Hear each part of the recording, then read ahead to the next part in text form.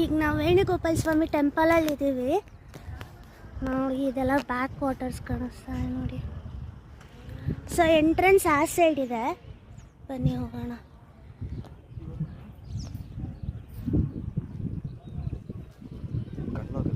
So entrance ಇದು. So ನೋಡಿ ನೀರು ಇಷ್ಟ ಚೆನ್ನಾಗಿದೆ ನೋಡಿ.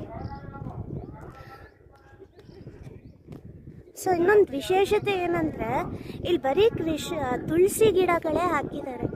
ಅದು ಮೇನ್ ವಿಶೇಷತೆ ಇಲ್ಲಿ, ಕೃಷ್ಣಂಗೆ ಪ್ರೀತಿ ಅಂದ್ಬಿಟ್ಟು. ಸೊ ತುಂಬಾ ಚೆನ್ನಾಗಿದೆ. ಒಂದ್ಸತಿ ಎಲ್ಲರೂ ವಿಸಿಟ್ ಮಾಡಿ.